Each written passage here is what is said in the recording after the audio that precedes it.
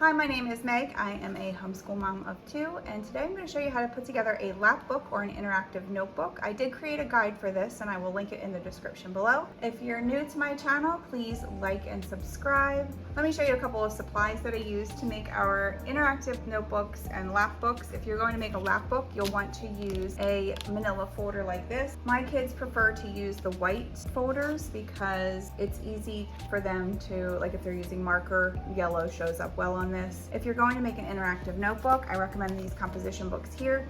They actually have a hard cover. I got these off of Amazon, and like I said, I will link everything in the description below.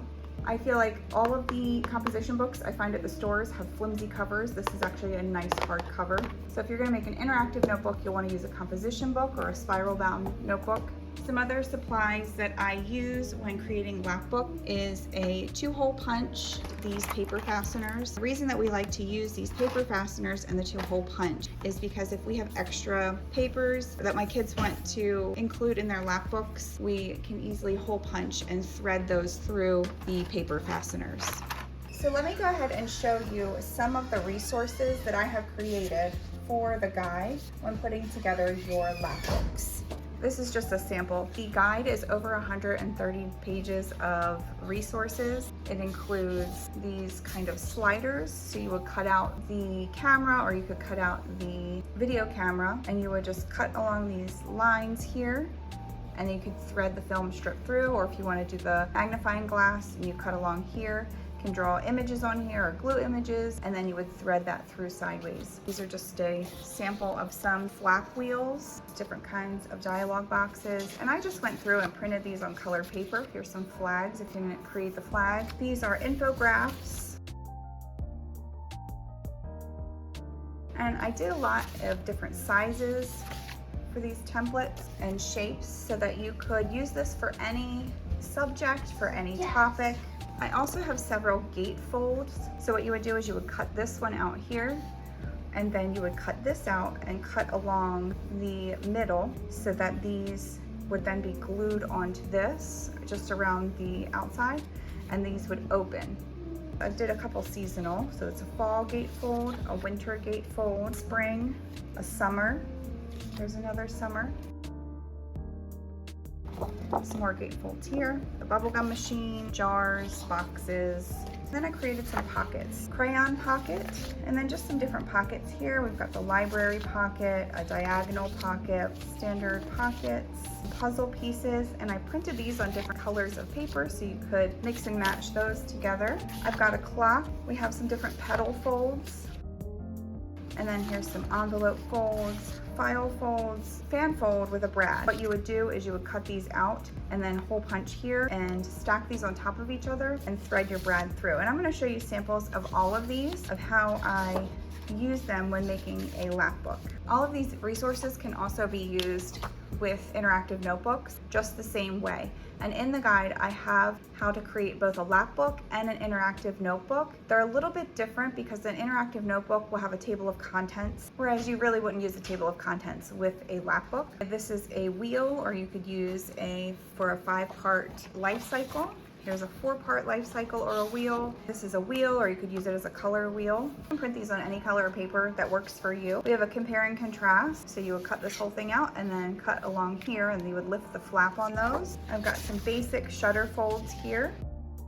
Here are some more elements for adding information. I've got book tabs, and I'll just go quickly through here.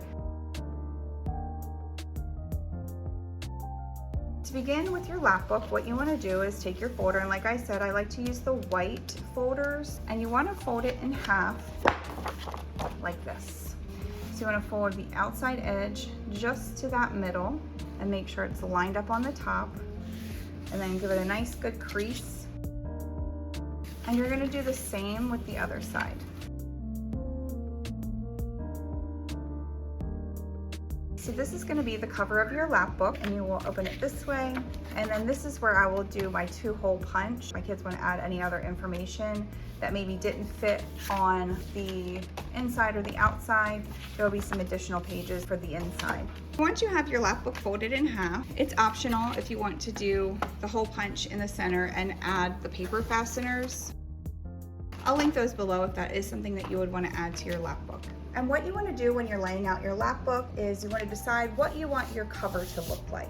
You can have your kids color this on their own. If you're doing a book study, you could photocopy the cover of the book study or find an image of the book cover online and print it and tape it to the front. But you want to think about the layout of your Lapbook, what you want your cover to look like, and the order of your information on the inside. It also depends on the kind of Lapbook that you're doing. If you're doing a math Lapbook, if you're doing a book study, history. It depends on the kind of Lapbook that you are doing, the kind of elements that you would add to your Lapbook. Let me show you how to put together a Lapbook for science using our Exploring Ecosystems unit study. And I'm going to go ahead and speed this up a little bit so that you can see what that's going to look like.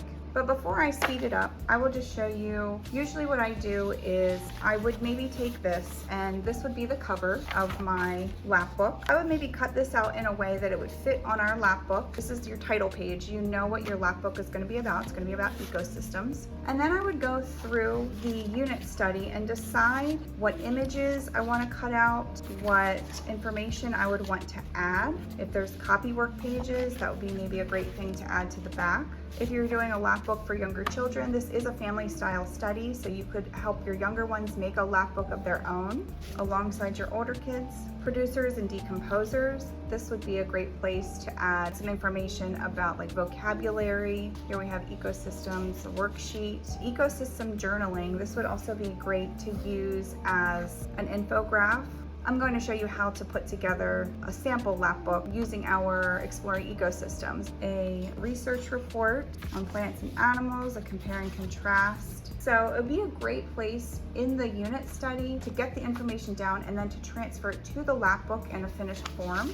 You want to express to your kids that you want it to represent their best work because it is a project. It's supposed to be fun, you want it to be colorful, you want it to encompass what they've learned in the unit study. I'm going to go ahead and cut some things out of this and speed it up. And I'm also going to cut some things out of the Lapbook guide and show you how to put together a Lapbook for a science unit, but you can adapt this to any theme, any unit study, any book companion, any subject. Let's get started.